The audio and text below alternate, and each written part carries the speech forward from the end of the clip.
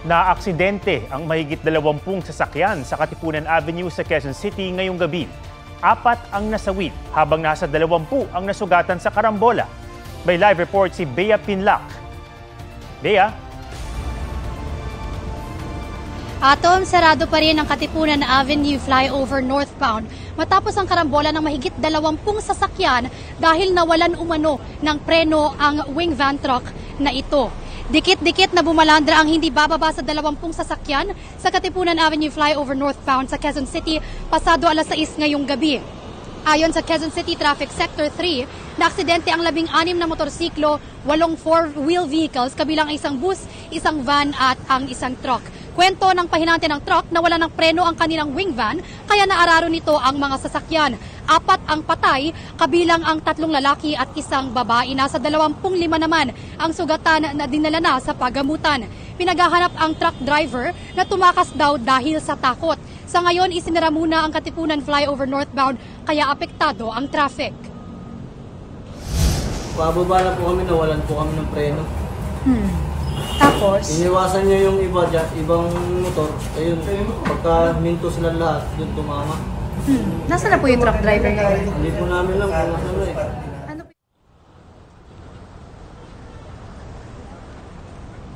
Atom, sa ngayon ay target ng mga otoridad na maklear muna itong flyover, itong mga nakahambalang na sasakyan para muling mabuksan ito sa mga motorista. Atom? Maraming salamat, Bea Pinlac. 4 na batang magkakapatid ang sinagip matapos silang iwan at ikandado ng kanilang ina sa loob ng bahay sa Lapu-Lapu City, Cebu. Ang paliwanag ng nanay sa report ni Luan May Rondina ng GMA Regional TV. Sa maliit na siwang ng pinto, nakasilip ang mga paslit na ito. Pila mo kabuok dira day? Pat? Papa mo ni kaon?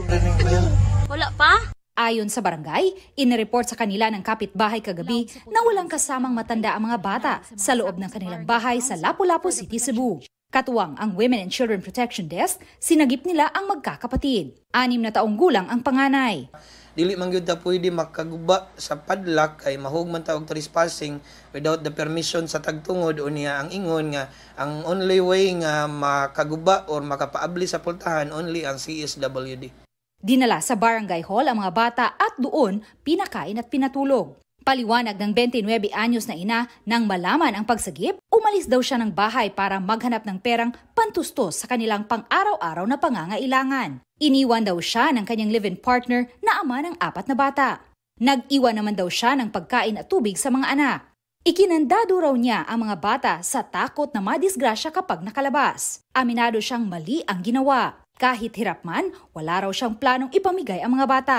Naman, magadap nila sa una, wala yun ang giko. Naman ka naman.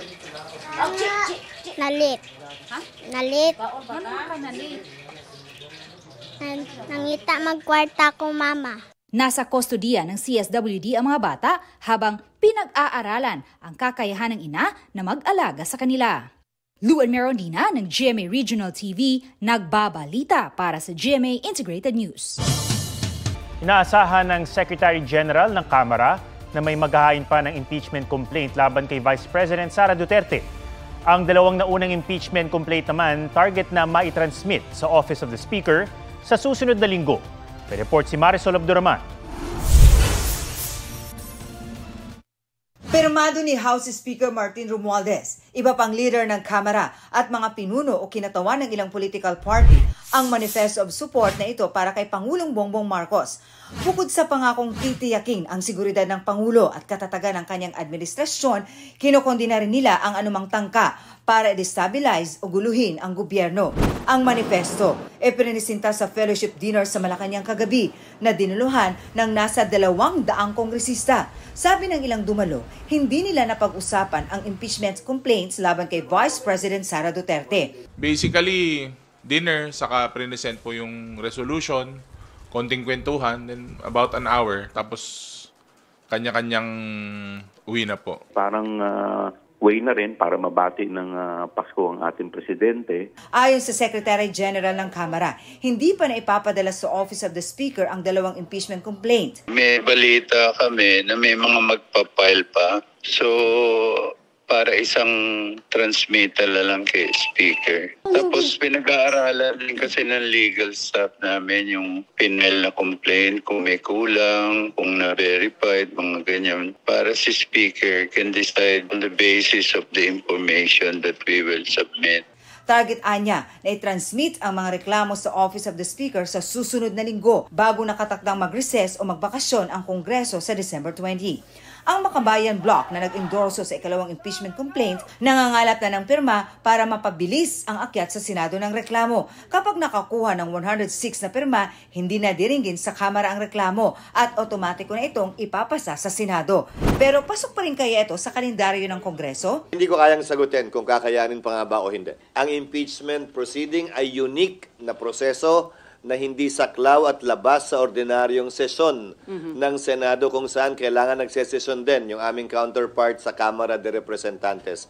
Ang pamunuan ng Iglesia ni Cristo, sinabing pabor sila sa sinabi ni Pangulong Marcos na hindi siya sang-ayon sa impeachment laban sa bise. Ang hangad daw ng INC ay para sa kapayapaan at kapakanan ng ating bansa. Si VP Sara naglabas naman ng pahayag ngayong araw para magpasalamat sa lahat ng mga tumulong, sumuporta at nagpaabot ng pagdamay sa OVP nang humarap niya ang kanilang tanggapan sa krisis at kagipitan. Marisol Abduraman, nagbabalita para sa GMA Integrated News. Nagpositibo sa salmonella ang mga nakumpiskang pekeng seasoning granules sa isang warehouse sa Plaridel, Bulacan. Napag-alaman yan nang lumabas ang resulta ng pagsusuri ng NBI at FDA sa mga sample nito. Ang salmonella ay isang uri ng bacteria na nagdudulot ng gastrointestinal illness. Ayon sa NBI, gawa sa China ang produkto at naipuslit papasok ng Pilipinas. Ipinasa raw ang mga pinekeng seasoning granules sa mga maliliit na tindahan. Naaresto ang isang Chinese national na sinusubukan pang kunan ng pahayag.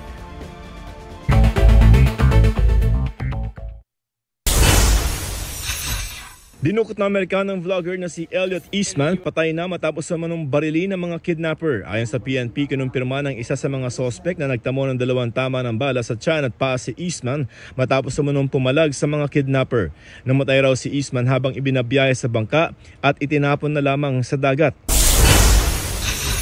Alice Guo naghain ng not guilty plea para sa kasong material misrepresentation na isinampa ng COMELEC. Ayon sa abogado ni Guo, premature masyadong maaga ng kasuhan ng kanyang kliyente dahil di pa kanselado ang Certificate of Live Birth ni Guo na nagsasabing isa siyang Filipino. Hindi dumalo ang COMELEC sa arraignment.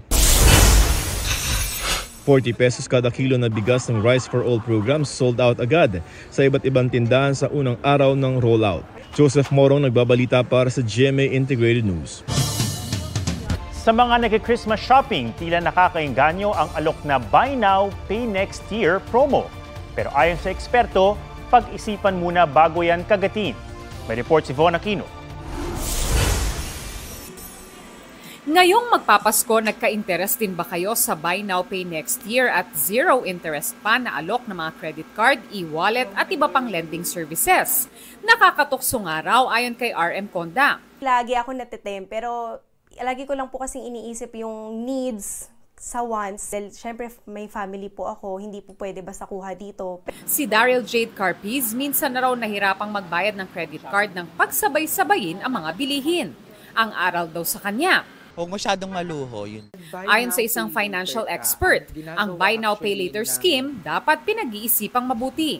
Pinipilit kanyang bilhin mo na ngayon yung bagay na pwede mo namang ipagpaliban pa. Ang ginagawa actually ng nagbebenta sa'yo ay sinasanay niyang ikaw ay umutang, di ba? Kahit na kasi 0% yan, buy now, pay later, walang patong, utang pa rin yan. Mas mainam daw na gamitin ang credit card sa mga bagay na productive o kumikita tulad ng negosyo. Ang rule kasi sa pagkakaroon ng credit card ay dapat kaya mo itong bayaran ng buo kapag dumating na yung due date natin. Kung yung buy now, pay later ay makukuhanan mo pa ng discount. So dalawa yung yung tinitignan ko diyan, no? Dapat walang interest at kung kaya mo pang i-push, may discount kang makukuha kapag magba-buy now, pay later ka. Then that's a good deal. Para hindi raw mag-overspend ngayong Pasko, maging masaya sa simpleng bagay. Iwasang mangutang sa pagsa-shopping. Iwasang makipagsabayan sa uso lalo na kung mapapagastos. Pagplanuhan ng paggastos at mag-set ng budget. Ang credit limit na binibigay, yung credit line natin sa credit cards, ito ay hindi natin pera. So hindi yan extension ng bank account natin. Ang totoong pera mo ay yung pinaghirapan mo na, nandyan na sa'yo.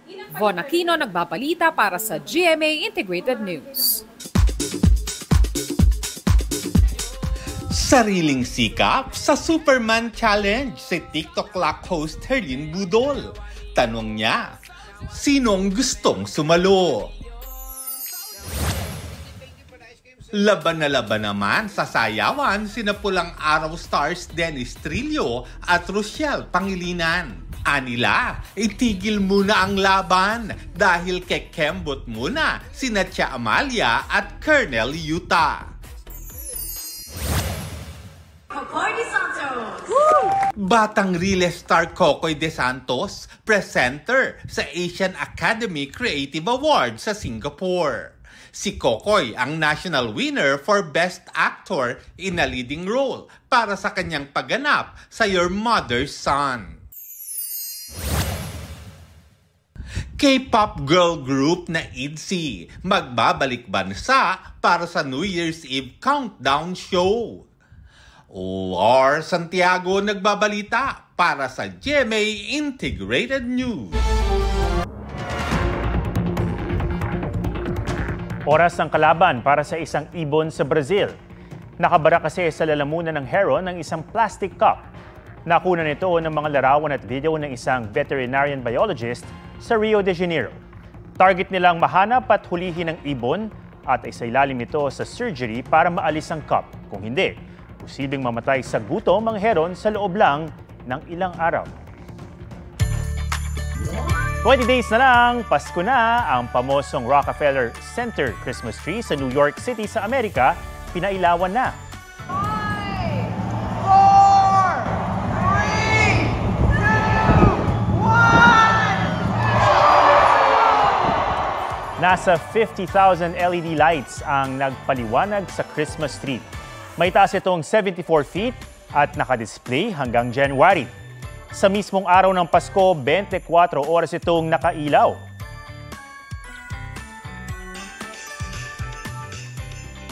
Dito naman sa La Trinidad, Benguet, sinabayan ng engranding fireworks ang Christmas tree lighting sa provincial capital. Huwag magpahuli sa mga balitang dapat niyong malaman.